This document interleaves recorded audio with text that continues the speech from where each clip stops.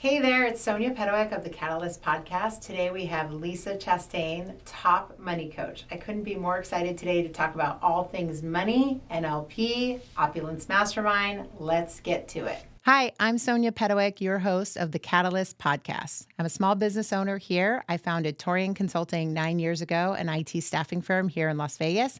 And during pandemic, I started the Catalyst Mastermind Collaborative, a small business mastermind that serves the small business community. I'll be coming to you twice a week, once just to talk about business ownership and what a mastermind group is, and once a week with a small business owner who will share their stories about lessons learned, how they started their businesses, share their knowledge with you, and all about the small business community and networking here in the Las Vegas market. So let's get into it. Hey, Lisa. What's up? Thank you. Thank you so much for being on my podcast. Hell yeah. You're the best. Thanks for asking me. Yeah. I thought we could just like freeform it and just talk about all sorts of fun stuff today. What do you want to talk about? Let's talk about coaching. Mm-hmm. Let's talk about money. Mm-hmm. Let's talk about NLP. Love that. And let's talk about why people, especially women, should be in masterminds. Oh, I love it. Where do you want to start? So many places we can go. Let's talk about like how you got into coaching and why coaching fills both you and I up so much. Yeah. I love it. I know, right? Yeah, I love it. It's so cool. I was so excited to share this on your podcast because I don't know if I shared this epiphany with you, but Gail and I were having a conversation. I might have, but I'm going to share it anyway. I've been struggling internally. Externally, everything's fine. Yeah. Business is moving. I have clients, but I've had this internal battle of where my brand is going. Yeah. I'm like, what am I doing? Yeah. Why is this so hard? Yeah. What is going on? And so I took December to just rest and be inward about it. Yep. This month I had a lot of like energy going in, like, yeah, I'm going to create all these things.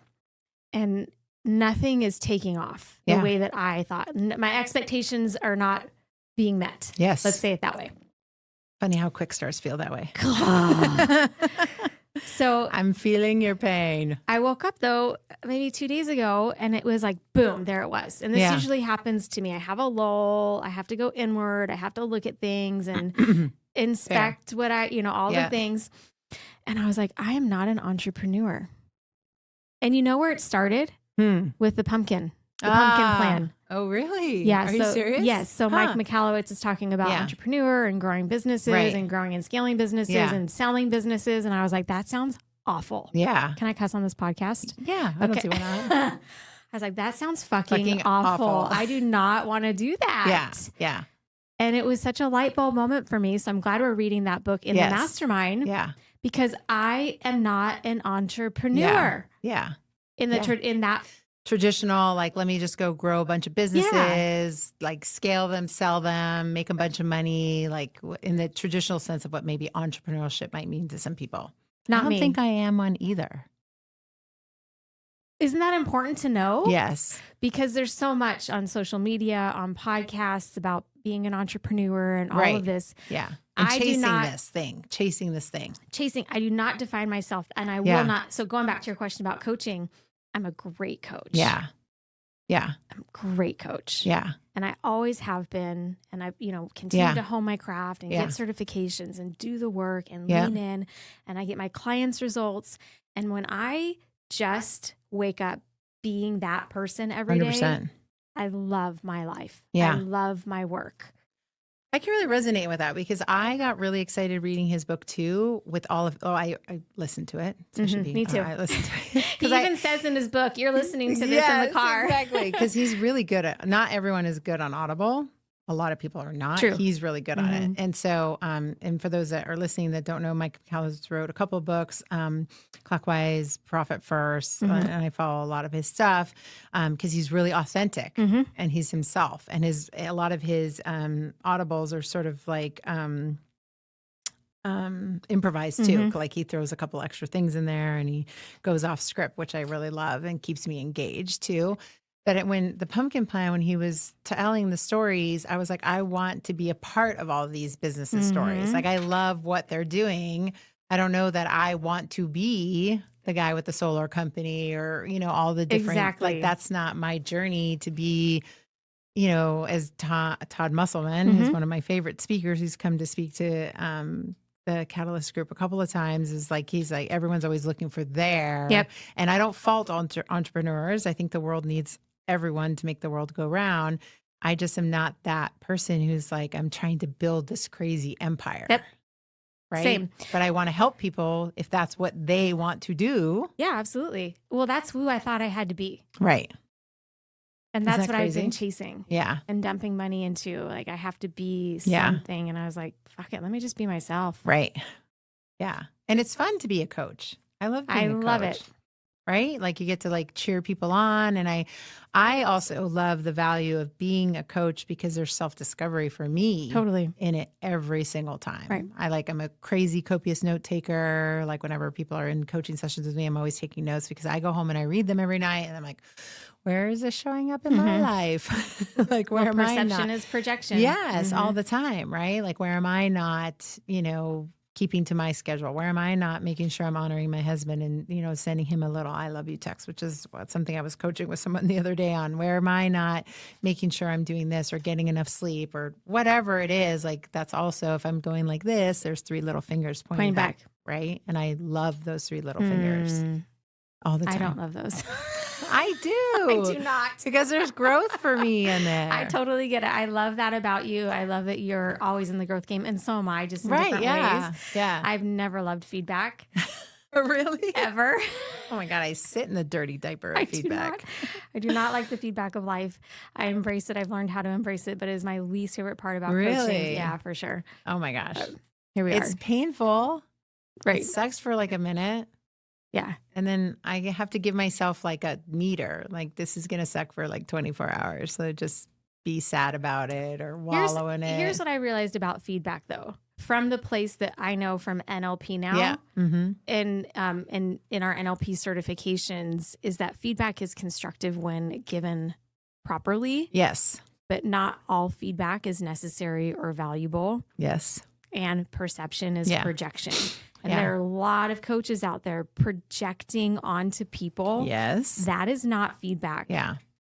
That's opinion. That's 100%. advice. Yeah. And that's where I draw the line in coaching. Yeah. 100%. So my opinion of someone does not matter. Yeah. If they're asking for feedback, then I'm going to drill in specifically what's the value of that feedback? What are you wanting to know? Yeah. Otherwise, I do not give unsolicited advice or feedback ever.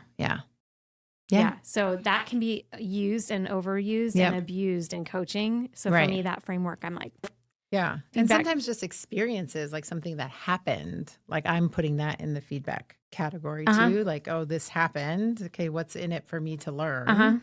And what can I take away that is about me and that I can learn from? And maybe I don't want this situation or scenario to take place again in that way because I may not be that powerful to make this never be able to happen again, but I could maybe change the outcome differently or how I respond to it differently. Well, what you're speaking into is the distinction of what are the patterns that I'm running and what are my blind spots. Right.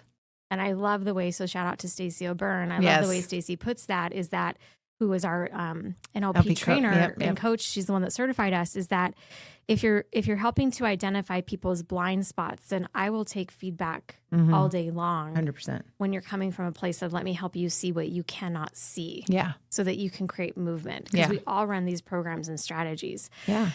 So generous listening is definitely a part of my practice as a coach. But anyway, I don't know where we were going with that. But just coaching and I think that I see the trap too often that people will engage with a coach and then become codependent on a coach. Yes. And so also the distinction that we create in the Mastermind group and in Opulence, the way that I coach is that I want to be here from a place of teaching you how to make decisions. Yes.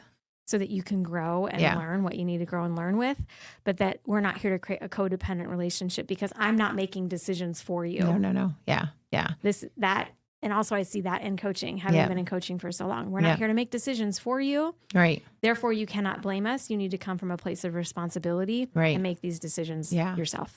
And being able to be a coach and learn all these awesome tools like Colby, NLP, to be able to help people learn how they make decisions. Some people don't even know how they make decisions or why they do that. Their decision-making strategies. Yeah, that has been super powerful to be able to learn through NLP. So let's switch gears to what is NLP. Neuro-linguistic programming. And for those out there, they're like, oh, what is that? Like, how do you break that down to the lay person? Okay, so our brains are data processors. If we can look at it from that place, our brain is taking in information every second of every day.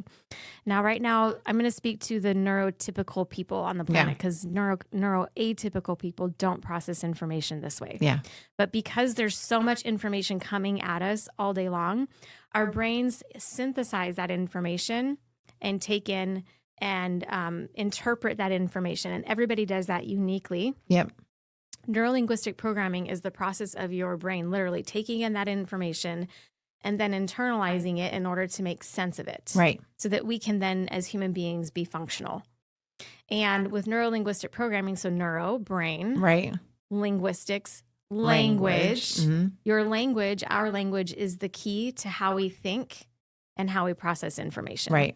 So we are trained as neuro-linguistic programming practitioners to listen to people, interpret the data from what they're saying and how they're behaving so that we can help them figure out what's in the way of them getting what it is that they really want and how they learn. Right.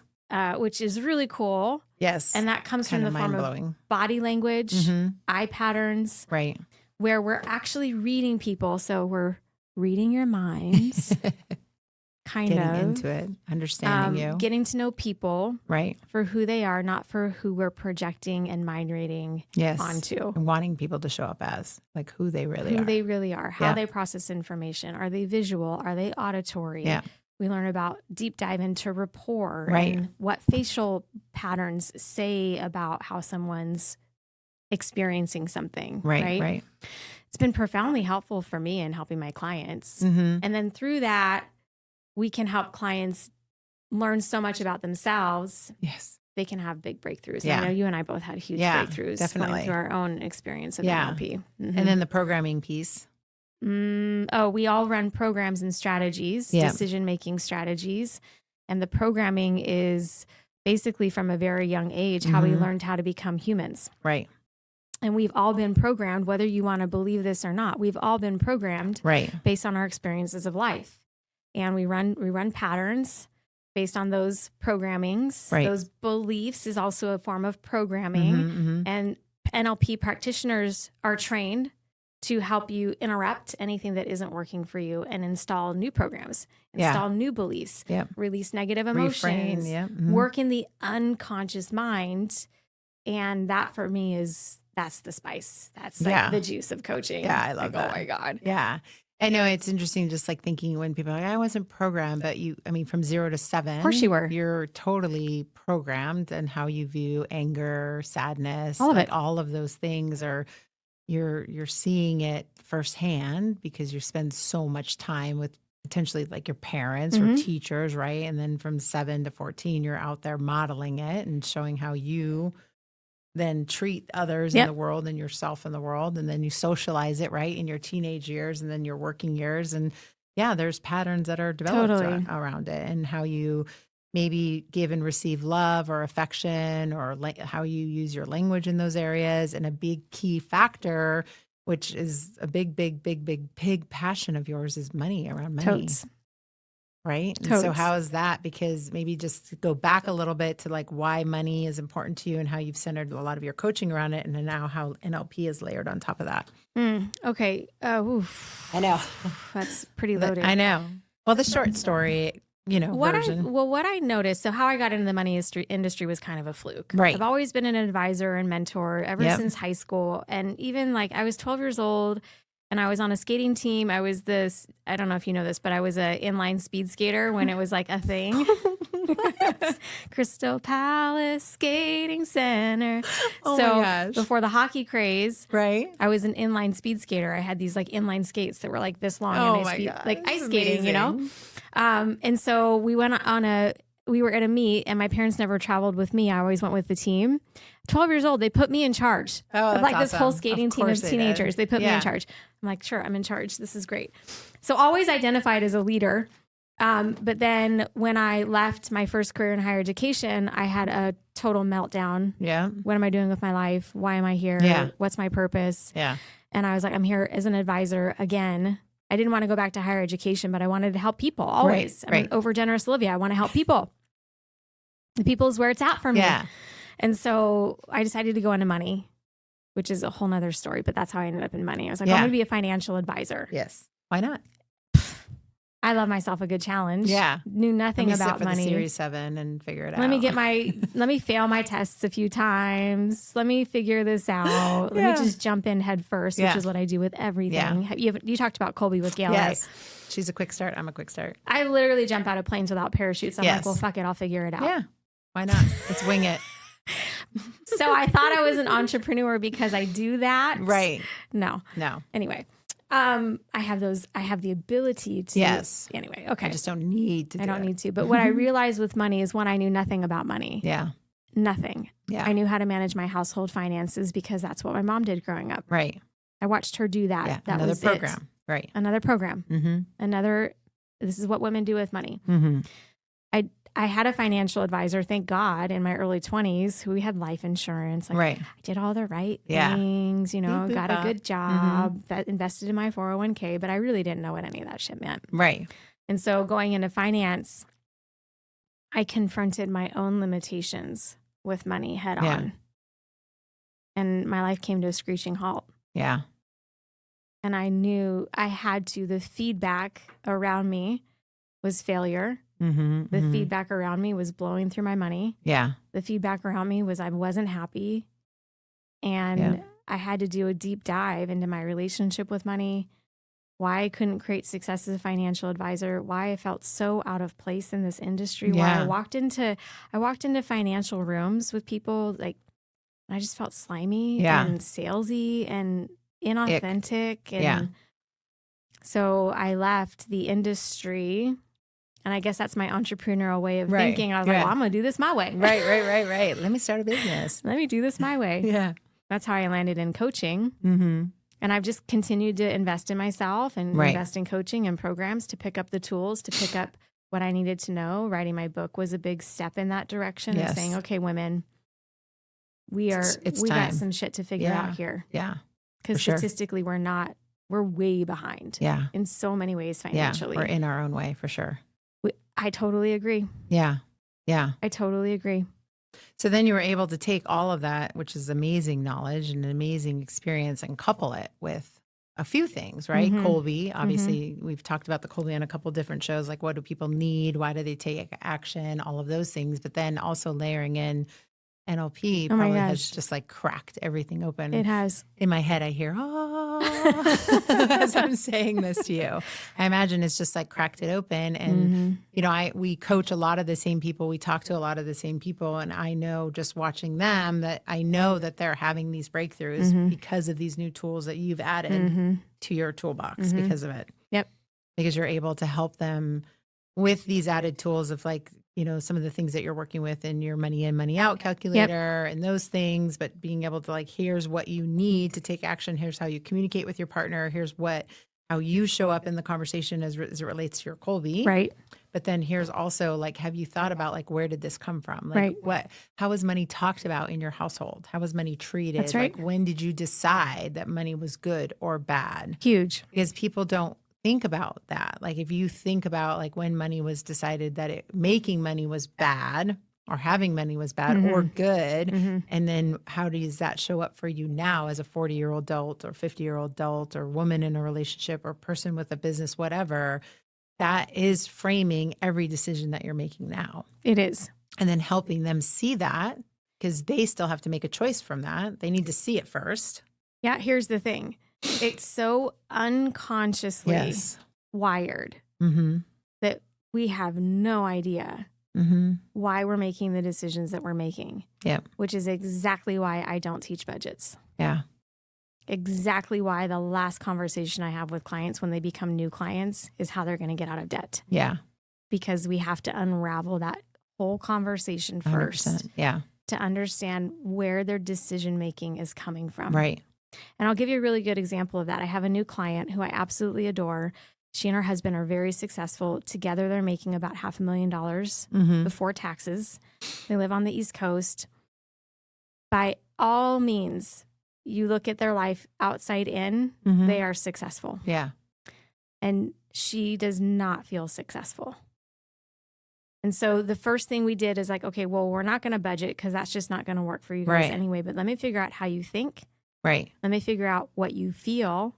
Let me figure out how you make decisions. We're going to do this deeper dive. Right. And this last session that we had, so it takes time to build rapport and 100%. build trust and get them on the same page financially. Once we can stop the bleeding and once we can stabilize financially, I'm like, now we're going to do the deeper dive. Yeah. And she's like, I said, are you ready? She's like, I'm so ready. She's like, give it to me.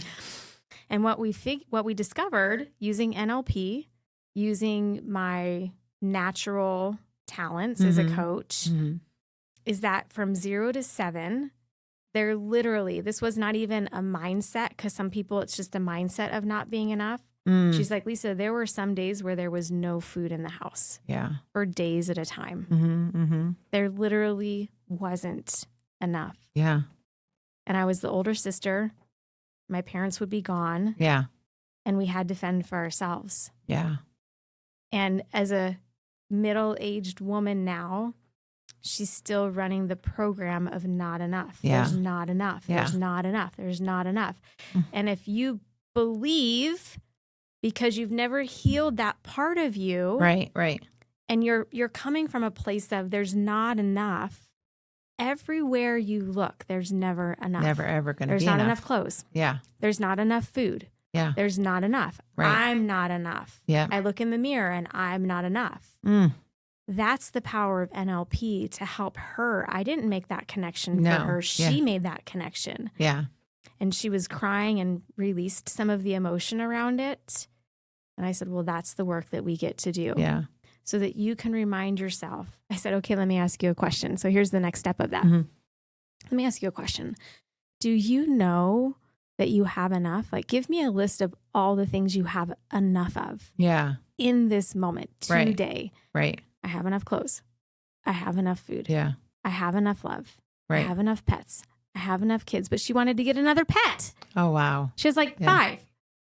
Yeah. Why? When is it ever going to be enough? It's not enough. Oh my gosh. Yeah. I totally get that. It was so powerful. Yeah. Yeah. Again, why I don't teach budgets. Right. Because no one has the same upbringing. No one has the same programming. No one has the same stories. Experiences. Yeah. How could you ever? Right. So I'm on a mission for as many people to get NLP. Yeah. Yeah. Because you don't, I mean, I think so much of that is wrapped in, I guess, shame or embarrassment, right? Like how you're brought up as a child. Nobody really wants to talk about that stuff, right? Nobody wants to be like, this is what happened to me, or was my experience. And I bet by and large, people don't even realize, I didn't I went shopping one time during pandemic. It's something my husband does for our family, but I think he had either gotten sick with COVID or just was like, can you do it this one time? And I was like stacking the cart full of stuff.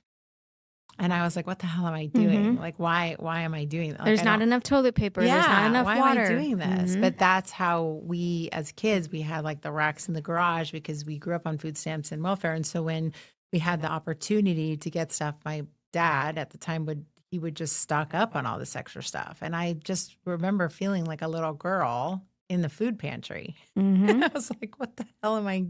I mean, I had a full blown meltdown, and it wasn't because of COVID or a mask, or I literally felt like a little girl in a food pantry, and I like left the grocery store. So I was like, what the hell? Like, what am I doing? And I looked at my grocery cart and I was like, I had stuff in there. And I was like, our family didn't even use. Like, what was I doing? Yeah. That's the unconscious programming. It was so weird. And I was like, no, I'm not. I tapped out. I'm like, I haven't grocery shopped for 10 years. There's no reason I need to do it now. Like, this is stupid. And like, that's your lane. This is my lane. Here's the other thing of that. And thank you for sharing that. I can see the emotion coming up as you're thinking about it. If we don't have the strategies or the tools to deal with that, at that point, your unconscious mind said, hey, look at this. Yeah. Because it's time to resolve this. Yeah. Right. But what happens is those things come up, and our unconscious mind will only bring up the things that we're ready to resolve. But if we don't have the tools to resolve it, because we never learned, what do we do instead? Yeah. Run, ignore, bury it back down, freeze, drink, eat, act out, whatever it is. Because we don't know how to deal with it. And therefore we never release it. Yeah. We never learn from it. Yeah. And then it manifests as disease, right? Yep. Like we're turning all that dis-ease into disease. That's right. And that's definitely one thing where I do feel like NLP came into my life right at the right time. My dad passed away at 50. I was turning 50 and I was like, I don't want to die at the same age as him. I want to live beyond that. And so I think for me, all of these things happen for a reason. I felt really good about being on that journey when I was on that journey, because I don't think I was ready to tackle a lot of those things or even be aware. I before NLP, there were memories. I just was like, I don't remember anything before I'm 8 years old. I don't have a single memory. And it wasn't until I had some of these trainings and experiences, I was like, oh my, and it's not like I had all bad memories or, oh my gosh, this brought up all these traumatic events. I had great memories too that came up that I was like, oh my gosh, I forgot about that. Like, just be unlocking that part of my life was like really a great gift for me. And I'm super grateful for having that. And then being able to help other people with the trainings and the tools and a breakthrough and timeline there, all of that is just so powerful. I didn't know how to feel because I had been for so long shut down. And I was labeled in my household the emotional one and the sensitive one. And so I never developed the skill set to deal with my emotions. And so this is a typical Gen X kind of experience. I dealt with my emotions alone in my room. Yeah. And so I got called out and I went through Choice Center. You went through Psy. They're all, very similar, but getting feedback was helpful for me to see all the parts of me that weren't working. Yeah. And I got called numb a lot. Numb and fake. Wow. Numb and fake. And, a ton of other feedback, but you pay attention to the ones that of course hit you. You're like, good. Yeah. Where did that come from? Yeah. And so I had to look at that, and it was because I didn't have the skills or the tools or the support to manage and deal with my own emotions. And they would come out then at the worst possible time because I bottle it up, and then I get stressed, and then I would just explode. In like random fucking situations. Like, where did that come from? Right. And so it was through my personal development journey, and then also through work with Stacey and Amber and the Pivot Point group, where I learned how to feel in a way that I didn't feel like I was going to fall apart. Because I felt like that champagne bottle where if I just blow, I'm going to die. Yeah, everything's going to come out. It feels so scary. Yeah. I can't handle this. Right. And so what I'm teaching my clients to do through retreats, through opulence, through all the things is slowly learning how to understand, identify, and release emotion. Yeah. So it doesn't create disease. Yeah. That's super important to me at this stage of my life because everyone in my family has passed away young and riddled with disease. And I want to turn back the clock on that or eliminate it altogether, right? I don't want that to be my story going forward. And I think that we do have control over a lot of that. I absolutely do. I believe that we do. And that comes from also a body of work that we learned is we have significant emotional events that happen in our life. And if we don't deal with those significant emotional events as they're happening, they manifest inside our bodies. And they become the disease within us. 100%. Anger, sadness, fear, shame, they're all connected to a particular kind of disease. And that's really important to know because we want to get on top of it. Significant emotional events are going to continue to happen in our lives. How can we build tools and strategies to deal with them as they're happening? So that we can then release it, heal from it, learn from it, and keep going. No, it's super, super powerful. Alcohol was my coping mechanism. We've had this conversation over and over. Food was mine for a lot of years. Yeah, to the point where going into 2019, I was approaching 300 pounds. Like that's just, my dad died at 450. I don't want to die like him. He was on this trajectory and there I was. Unconsciously. That which you resist persists. So we could probably do a whole other show on motivation and values and, moving towards them in a way. So I'll have you back to talk about that. But You touched on like, having everything come out and not feeling like where could you land or, knowing that for me was always the mastermind room, and like, I think as business owners, it's, the analogy of being on an island or not knowing if you're leading a company, who can you talk to? And, a lot of people have really strong foundational relationships with their spouse and that's amazing, but they don't want to bring their business home. And so as a business owner, I find it very valuable. I mean, I'll preach mastermind till the day I die. Yeah. I have found like it was key to how I got to buy my first business. Yep. It was key in taking my business from 0 to 5 million in less than 4 years. So, I know that being in a room with other business owners is what helped me stay the course. It was where accountability came from, is where ideas and innovation came from. And you really last year, you kept saying like, I know what I know what I don't know, and I don't know what I don't know. Yep. And I think that really should probably be the mantra of Catalyst, because I think a lot of business owners start something and they know what they know. I'm going to start an electric company. I'm going to start a roofing company. I'm going to start, a cake pop company, whatever it is. They know that, right? And then they also know as part of that what they don't know. Like, I know how to make cake pops. I know how to deliver them. I know how to put social media together, but I don't know the finances of it. But whatever, it'll figure it out, right? But then they don't know what they don't know about it. And that's where the mastermind, I think, comes in. Yeah. So what's your take on mastermind? What's been your journey? Why do you think they're important? Talk to me about that. Well, I'm not philosophically or theoretically, I'll just talk about the value in it for me. Yeah. Because I keep showing up. I've been in a mastermind when I decided to leave my financial firm that I was with.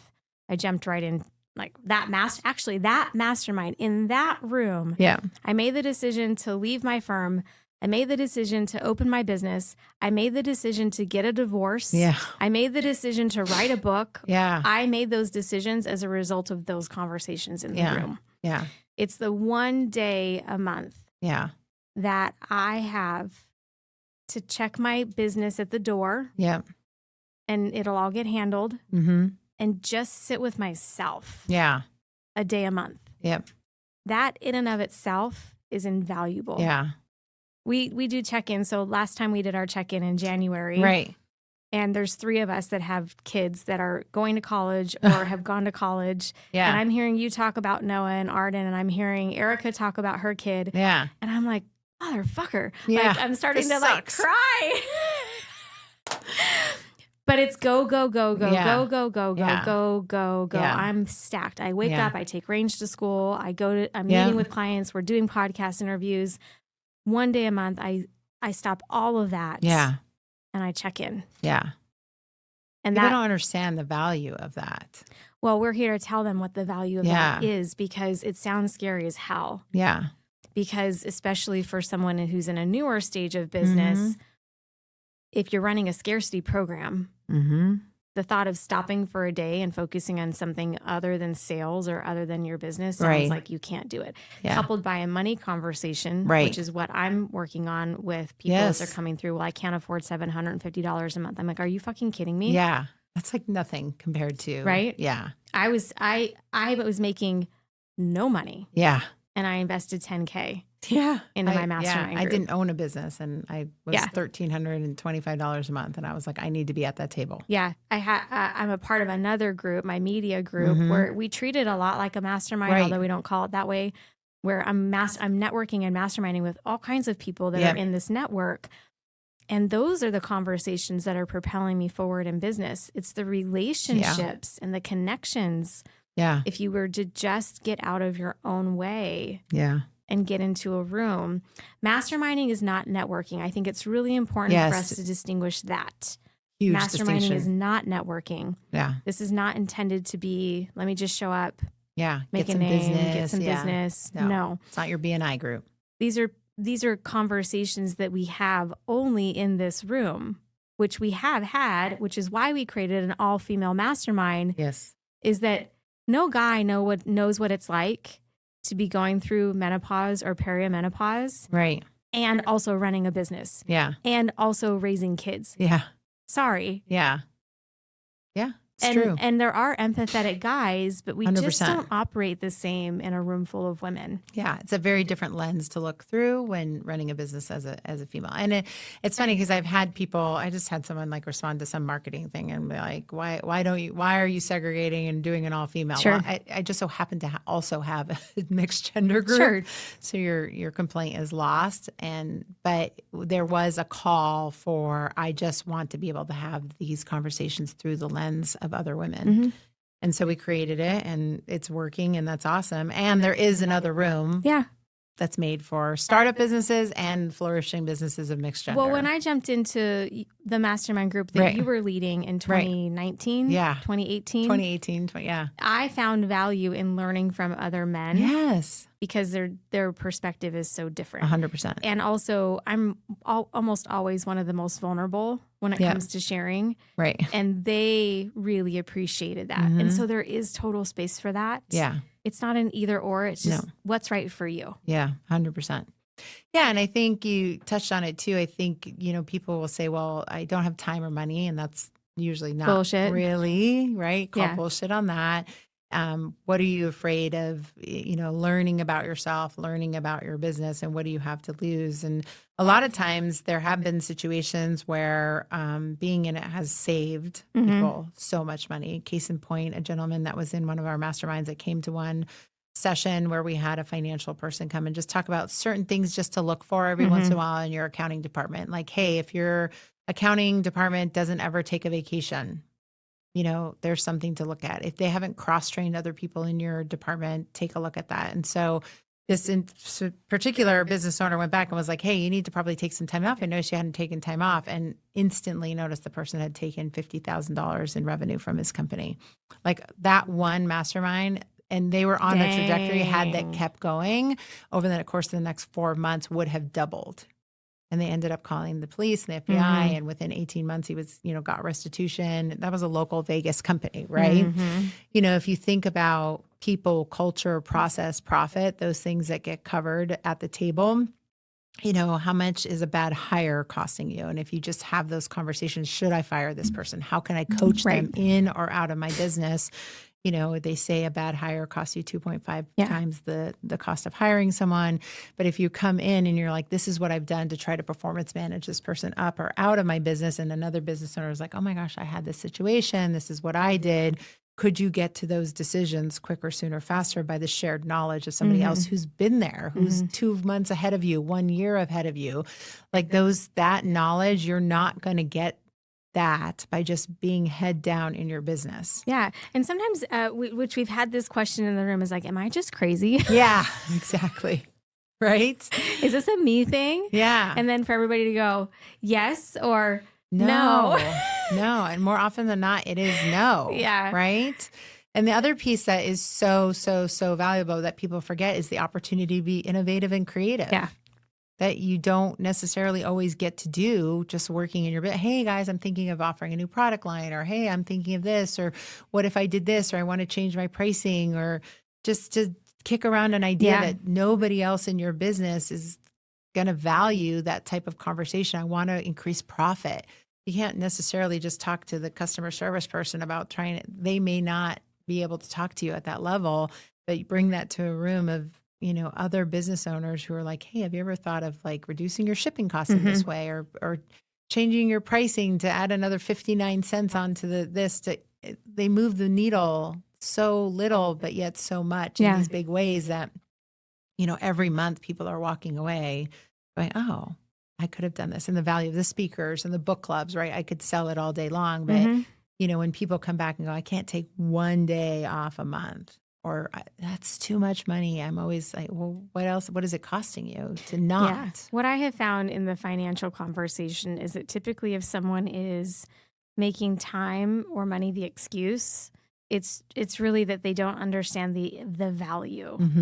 So we get to do a better job of explaining and articulating what the value of it is for the right person. And not every room is right for the right person, because there are tons of groups in Vegas. There's tons of women's groups. There's tons of masterminds. There's so many options that you have. You just need to pick the right room for you and know that that may not be the right room forever. Yes. And jump in. Yeah. And if it's not right, it's not right. You'll learn from it. And there's different people that come together with different, they make decisions differently. Yeah. Right? You're going to make decisions based on how you make decisions. Give yourself the opportunity to be in a room and discover what's possible for you. Yeah. Yeah. That's why we have the opportunity to come and check it out for a day, see what it's all about. And I'll be the first person to say, like, if my room is not the right room, please go join another one. Do it for yourself. That's right. Like, it's so powerful to like at least be in one room somewhere in this city. That's right. So let's talk about our room. So our room is perfect for, we've shifted, it's new. This is we're going into our second year. And so we're learning and growing, and very typical of us to be like, let's do it. Yeah. And then we're like, start in 2 months. What are we doing? And so we're learning too. And what we just talked about this a few weeks ago is that this room is perfect. Opulence is perfect. Yeah. For the female business owner, entrepreneur, person who's in business for themselves. There's ways to describe that. Who is making less than $500,000. Yep. And who knows that there's room for growth. Yep. And who wants to be in a room with other women who are in the same experience. Yep. 100%. You become each other's lifeblood. You become each other's support network. No one understands what you're going through like another woman who's in the same place in her life and business. So we would love for you to come in and spend some time with us, schedule a call with us. Let us help you help yourself. And again, you and I will be the first people to say, yeah, this isn't a fit. If it's truly not a fit, but what do you have to lose? Just come and spend some time with us. That's my spiel. Yes. So... Yes. So find us at catalyst.vegas and then all that will be in the show notes. But I want to give people the opportunity to connect with you directly because you have some amazing things going on this year separate of this that are also pretty awesome. Yeah. And so I love you. I think that you're on an amazing journey. And I think that you have a way of seeing people in a very big way and helping them see them. I'm going to get emotional. Good. Helping them see themselves bigger. And so I'm super excited because you have your second book coming out. Second book is coming out. And it's already in pre-order because I think I already You can order it right now. Yes. Right now. Amazon, Target, and Barnes & Noble. Barnes & Noble, yes, because I think that's where I got mine. Yep. And so where can people find you? Where can people join you? You've got some retreats. You have so much stuff going on. I do have a lot going on. I know. It's well, pretty first exciting. and foremost, if you're a woman in business, come check out Opulence. Yes. Okay, do that. Schedule a call with me. Schedule a call with Sonia. Go to my website, lisachastain.com. I am a money coach, finance expert. So if you know you need to level up with money this year, I'd love for you to come hang out with me. I've got online courses. I've got online communities. I've got private coaching available. Also, I've partnered with Angie Morgan this year. We're doing a national movement called Take the Lead. There are 9 cities in the United States this year where this event will happen. 1 in St. George, which I'll be at. 1 in Vegas in October. St. George is in April. Vegas is October. Tucson's in September. And then there's some other cities happening between now and then. Yeah. And then the final thing is with my book. What was I going to say? Oh, I have a retreat. So women, Sonia. Yes. There is so much evidence right now on the planet that women are on the rise and that this is our time. It is killing us to lead like men because we are not like men. Yeah. I am all for men. Yes. I love me some men. I love my husband. I love men. Yes. I'm raising boys. You're raising boys. Yes. I know that we get to harness and own our own relationship with ourselves. And that requires us to get in touch with what it actually means to be a woman and be in our feminine power. Yep. So if you're interested in diving into your body, your mind, your spirit, I've partnered with Melissa Blinn. She's a somatic breathwork practitioner. She she is certified to do psychedelic treatment. Yeah. So all mind and body for her. She's NLP certified. Yes. We're doing a retreat in April in San Clemente called Big Magic, and then we're taking it to Costa Rica next year. Love it. Yeah, some really amazing partnerships, and I'm grateful for our partnership. And so figure out how I can support you, plug into one part of my world, and let's get to work. I love it. Thank you for always supporting me and the women in this world and our community. It's been amazing. And thank you for being on my podcast. Yeah. If you like what you saw today on the Catalyst podcast, make sure you subscribe to our show, like it, and share it with someone who you think might also find value.